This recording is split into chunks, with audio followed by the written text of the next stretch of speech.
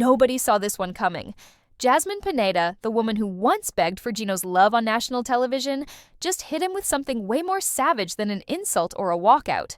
She filed a lawsuit, not just a divorce, a lawsuit. And the timing, icy, calculated, brutal. After months of playing it cool, Jasmine flipped the table and walked straight into court with receipts that could burn through Gino's entire storyline. This isn't some messy breakup behind closed doors. This is Jasmine turning real-life pain into legal paperwork. According to official filings, Jasmine isn't just asking for freedom. She's demanding what she believes is hers. Money, compensation, her name cleared. And the tension, you can feel it like static through the screen. For those wondering what happened between the final confessional and today's court documents, buckle up, because what you're about to hear will flip everything you thought you knew about this couple. Welcome to TLC Drama Live. I'm SABRINA, and trust me, you've never seen Jasmine move like this. Don't forget to subscribe for more raw truth and drop your thoughts in the comments, because this one's going to get personal. Back then, it looked like Jasmine had accepted her messy new normal. Baby drama with Matt, public fights with Gino, the silence on Instagram. But what none of us knew was that behind that silence, Jasmine was getting organized, gathering evidence, strategizing her escape. And then, boom, the papers hit. Public records show she didn't just file in Florida, she tried serving Gino multiple times in Michigan and failed. So, she took out a legal notice in a Florida newspaper. That's not rage. That's someone who's done being ignored. That's someone playing chess, not checkers. She claimed in court filings that Gino had been withholding her share of the TLC earnings, using her lack of work permit as an excuse to keep the cash for himself. And when you put that next to the timeline of her baby announcement with Matt, the story starts smelling different. Suddenly, the open marriage doesn't look like exploration, it looks like escape. Jasmine may have been silent, but she was never powerless. But if Jasmine had this ammo all along, why wait this long to pull the trigger? It wasn't the yelling. It wasn't even the cheating. The quiet part, the part that viewers missed, was the money. Real money. Jasmine claims Gino kept every single dollar she helped earn from TLC, not because she didn't deserve it, but because she legally couldn't fight for it. No work permit meant no protection, no access, no rights. Gino, the man who once cried about loyalty on TV, allegedly turned around and used her immigration status as leverage to control the one thing she truly needed: stability. While Jasmine was out there performing on camera, dragging herself through arguments, awkward therapy sessions, and endless emotional breakdowns, the paycheck attached to that drama was quietly going to Gino's bank account. Think about that. You show up for work, humiliate yourself on television, and then the person who made you cry takes the money home. That's not marriage. That's exploitation in slow motion. And what made it worse? Jasmine says she trusted him, trusted that once the green card came, things would be shared, equal, legal. But that green card became another weapon. Instead of supporting her independence, Gino allegedly used it as a leash. Need your own money? Wait for the green card. Want to leave? Better think twice. Financial freedom wasn't delayed, it was denied. Some insiders believe Jasmine even started those sponsored Instagram posts and cameo gigs out of desperation, not ambition. Because when you're locked out of your own earnings, even a 15-second video message feels like breathing room. Meanwhile, Gino played the calm, rational husband on camera, smiling, nodding, deflecting, while behind the scenes he allegedly built a quiet wall of control. A wall that looked like paperwork, but felt like prison bars. And yet, Jasmine stayed. She played nice. She filmed. She waited until she didn't. But what if the money wasn't the only thing Gino was hiding? When Jasmine announced she was pregnant, fans thought it was Gino's baby. After all, they were still legally married, still filming, still doing couple therapy on TLC, but then came the real twist. Matilda's father wasn't Gino, it was Matt, a man Jasmine met at the gym, a man she started seeing while she and Gino were filming together, pretending to be one broken but united team. Let that sink in. Jasmine on TV saying she still loved Gino, off-camera growing a whole new life inside her with another man. Not just any man either. A struggling actor, a personal trainer, someone with no public ties to the franchise, but suddenly, all the emotional leverage in Jasmine's story. And here's the part that breaks the timeline. Jasmine didn't get pregnant after leaving Gino.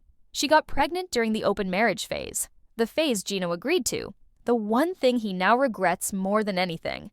At the time, he thought he was saving the relationship, giving her space, offering trust, proving that he wasn't the controlling husband the world saw him as. Instead, he handed her the freedom to move on without actually leaving. And Jasmine, she took that freedom, ran with it, and never looked back. People say she used the open marriage to find herself. But what if she used it to build an exit plan? A baby, a new partner, a new apartment, a new identity, all before even stepping foot in court. And all while Gino was still in the frame, paying the bills, filming the show, trying to hold the pieces together. The audience was watching a slow-motion breakup disguised as therapy. Jasmine was building a future. Gino was fighting for a past that didn't exist anymore. But the moment Jasmine told Gino the baby wasn't his, what did he do next?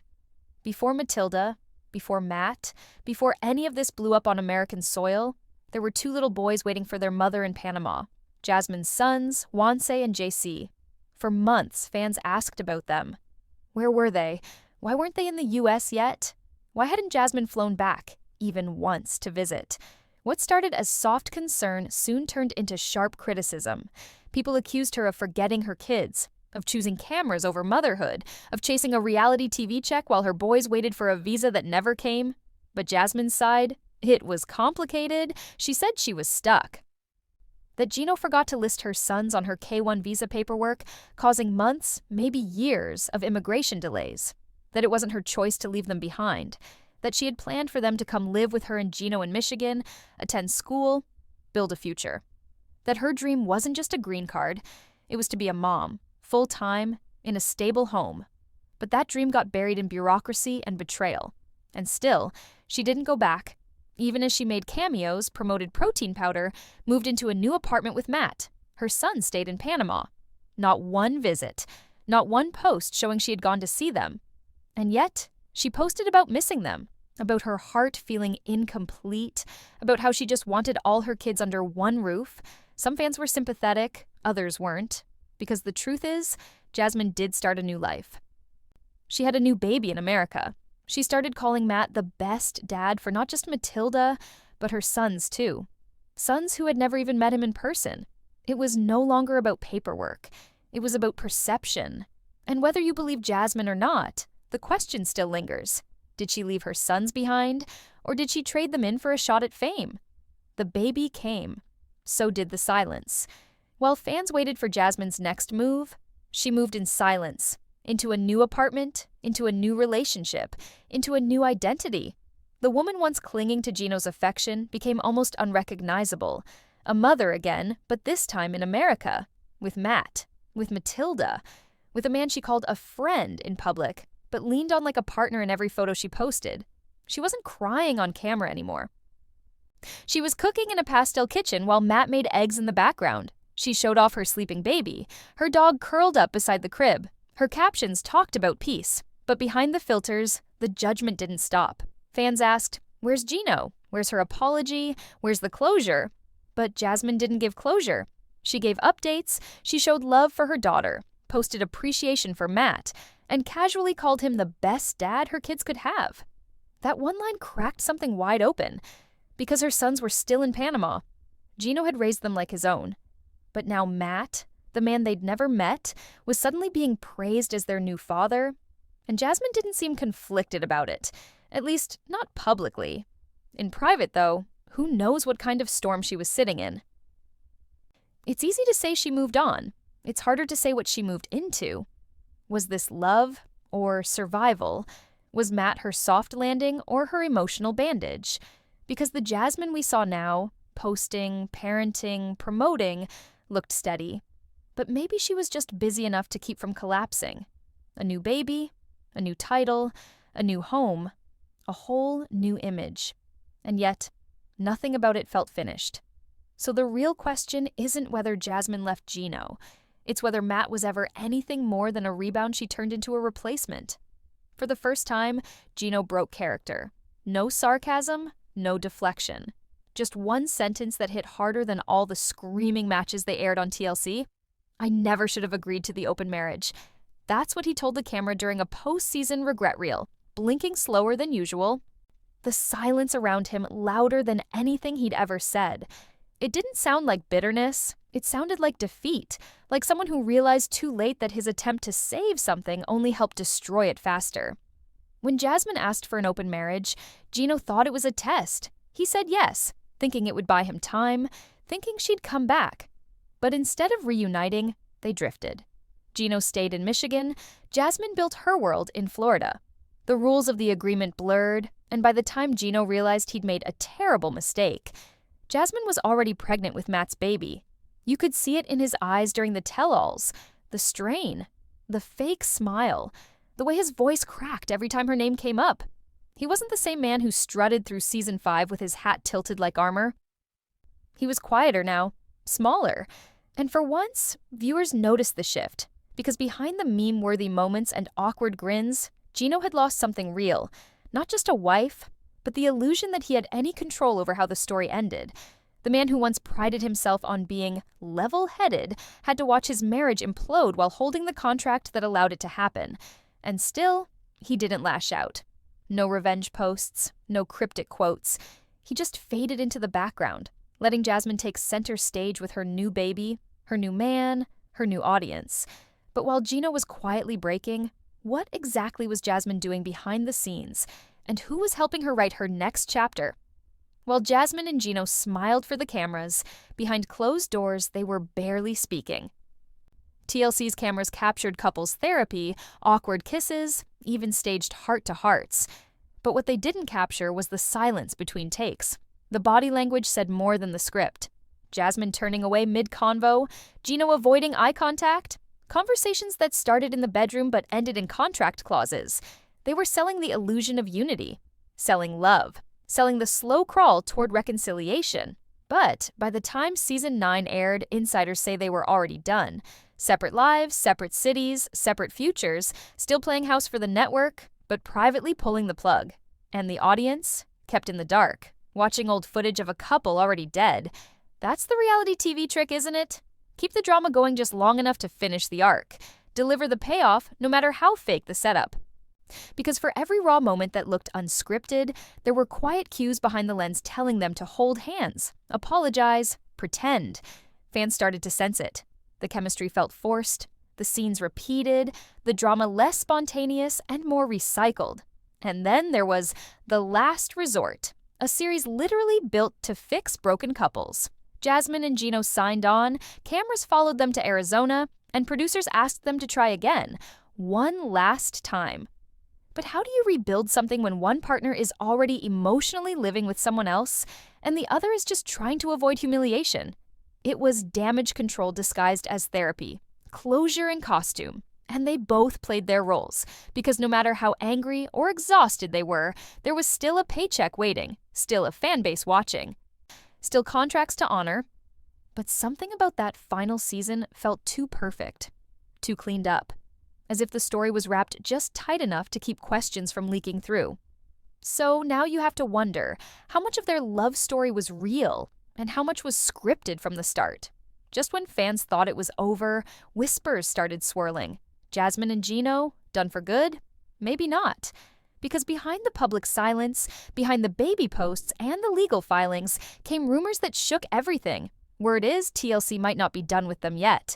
Another possible contract, another round of filming, another chance to milk the mess. That's not just speculation. Insiders claim TLC is quietly considering bringing Jasmine and Gino back. Again. Not as a happy couple, but as a cautionary tale. A saga of betrayal, lawsuits, babies, and breakups repackaged for a spin-off or tell-all special. And here's where it gets slippery. If there's money on the table, would either of them say no? Because for all the chaos, Jasmine and Gino were good TV. They delivered. Screaming matches, confessions, double lives, all the beats TLC needs to keep an audience locked in. And even now, post-breakup, they're still trending. Jasmine has her fitness brand and baby content.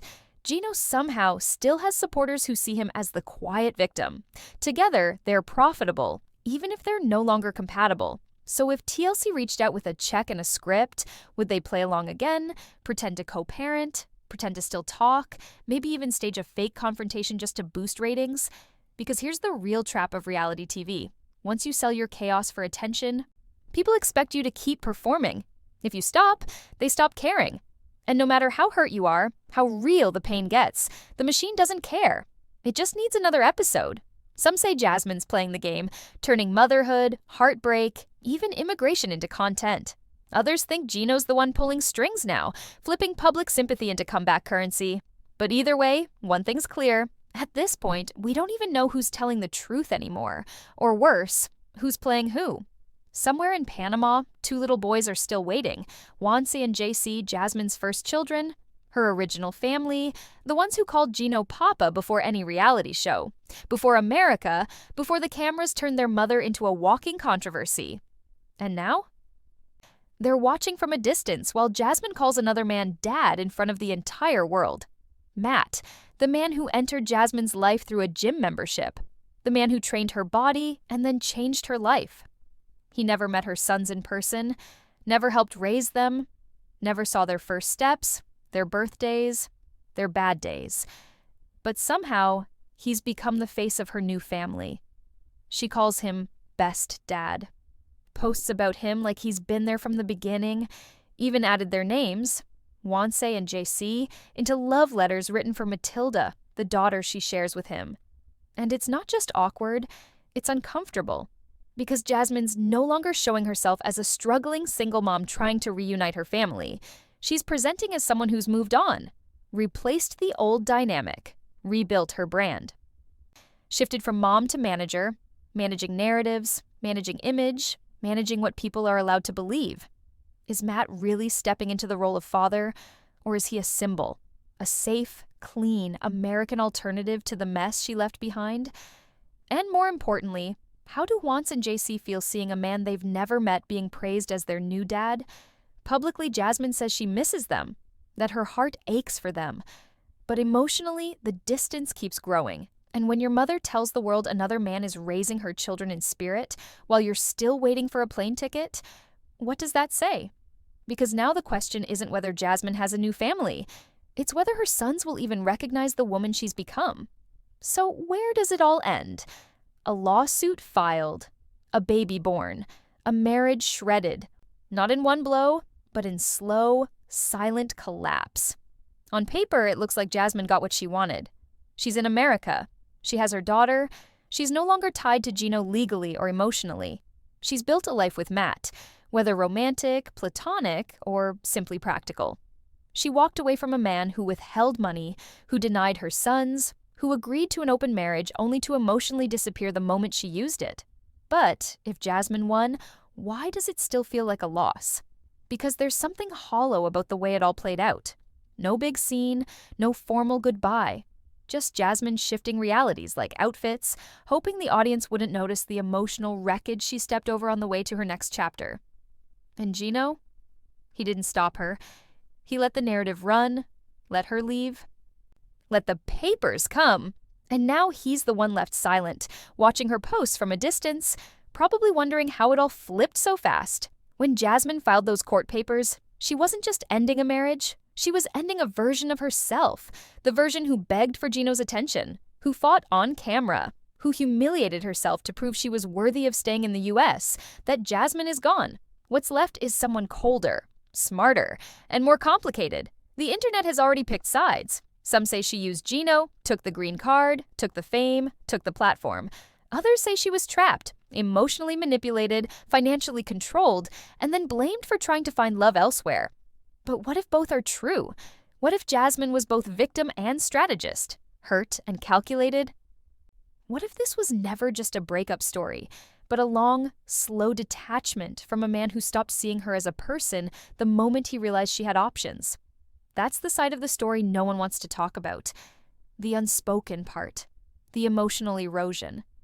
Because for years, Jasmine fought for closeness, intimacy, connection.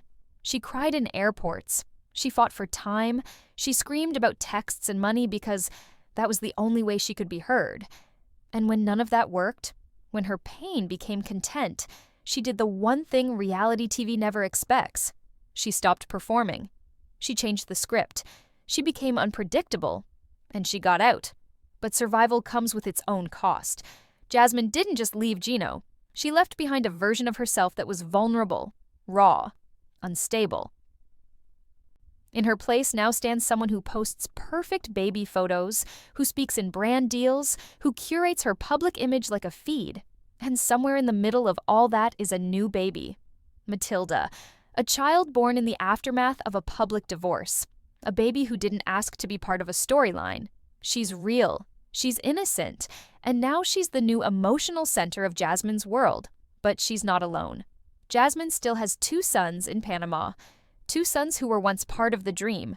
2 boys who Gino once called his family. And they're still waiting. Still not here. Still watching their mother start a new life without them. Jasmine says the immigration process is slow, that she's trying, that she hasn't forgotten. But actions are louder than captions, and the photos don't lie. Matt, Matilda, Coco the dog, a new nuclear unit. The past edited out like a mistake. Her sons still exist, but they don't appear. Not on the feed, not in the baby videos, not in the best dad captions. And that absence cuts deeper than any divorce ever could. So, did Jasmine find happiness? Or did she just find distraction? Matt plays the part, cooking, caring, posing, writing fatherly captions to a daughter he clearly adores. But is that love or performance? Is Jasmine leaning into safety because it's what she always wanted, or because she knows how fast this story could spin out again? Because make no mistake, this new life isn't stable. It's curated. It's stitched together from leftovers, a divorce not finalized, a custody situation unresolved, an immigration process in limbo, a fan base still divided, and a franchise that may come knocking again, offering a check big enough to make anyone say yes to one more round of therapy, one more fake dinner, one more last chance. And what about Gino? He's not in jail. He's not canceled. He's just quiet. No podcast, no explosive rants, just quiet regret. He admitted on camera that the open marriage was a mistake, that he allowed Jasmine to drift so far emotionally that by the time she came back, she wasn't his anymore.